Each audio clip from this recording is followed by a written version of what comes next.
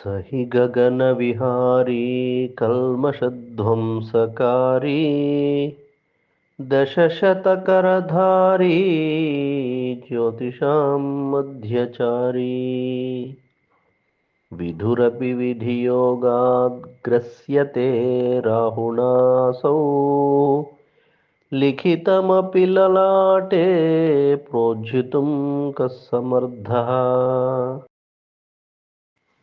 భావము: ఆకాశమే ఆయనకు విహారస్థలము. సహస్ర కిరణములను ధరించి నక్షత్రముల మధ్య సంచరించుచు మన యొక్క పాపములను ధ్వంసము చేసే మహాశక్తిమంతుడు అయిన చంద్రుడు కూడా ఒకానొకచో రాహువు చేత పట్టబడ్డాడు కదా. లలాటమునందు వ్రాయబడినటువంటి విధిని తప్పించుట ఎవరి వల్ల సాధ్యమవుతుంది?